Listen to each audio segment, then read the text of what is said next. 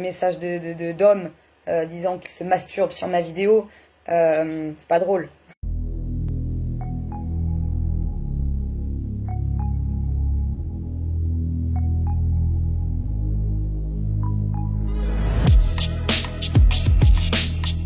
Aux alentours de midi, je me suis endormie dans mon van, voilà, pour faire une sieste. Je me suis endormie à une plage qui s'appelle San Julián, c'est à peu près à un quart d'heure du centre-ville d'Ericeira. Elles n'ont pas fermé les portes à clé, elles n'ont pas couvert en fait, j'ai un espèce de rideau à l'arrière. C'était un peu une négligence de leur part, mais personne ne pouvait imaginer ce qui pouvait se passer. Il faisait chaud, j'ai retiré mes vêtements du bas, j'ai gardé celui du haut et en fait voilà, je dormais. Et quelqu'un a ouvert la porte du van. Cet homme-là a pris des vidéos et des photos de moi semi-nue. On voit bien mes parties intimes.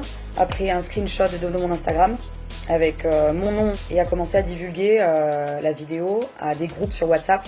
Le moment où j'ai su qu'il y avait une vidéo de moi qui commençait à être diffusée à foison, c'était le lendemain. Donc j'ai une nana qui m'a envoyé un message et du coup elle m'a dit bon, je sais pas si t'es au courant, il y a une vidéo de toi qui traîne. J'ai commencé à me dire regarde, hop, elle m'a envoyé la vidéo et là choc.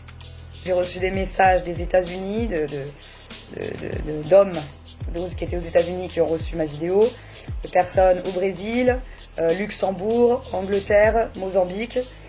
Je me suis sentie quasiment un petit peu violée parce que je savais pas ce qui s'était forcément passé. Comme je disais, je dormais dans un sommeil profond, voilà. J'ai senti que je suis passée en fait dans le côté un peu noir du monde et des gens, avec tous les commentaires, les messages, des messages d'hommes disant qu'ils se masturbent sur ma vidéo, c'est pas drôle.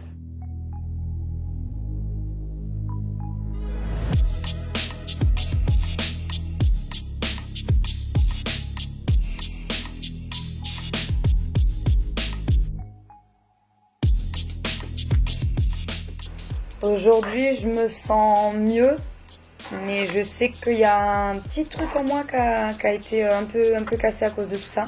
Moi, ça m'a fait beaucoup souffrir. C'est tombé dans les mains de gros pervers, c'est tombé dans les mains de violeurs, donc ça m'a mis complètement en danger. Ce que je pourrais dire enfin, des personnes qui ont vécu la même chose, qui malheureusement vont peut-être vivre ce genre de situation, parce que je suis pas la première, je suis pas la dernière.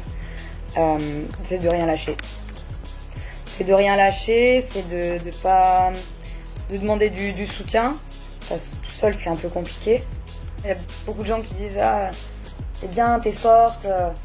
Putain, mais est-ce que j'ai le choix en fait?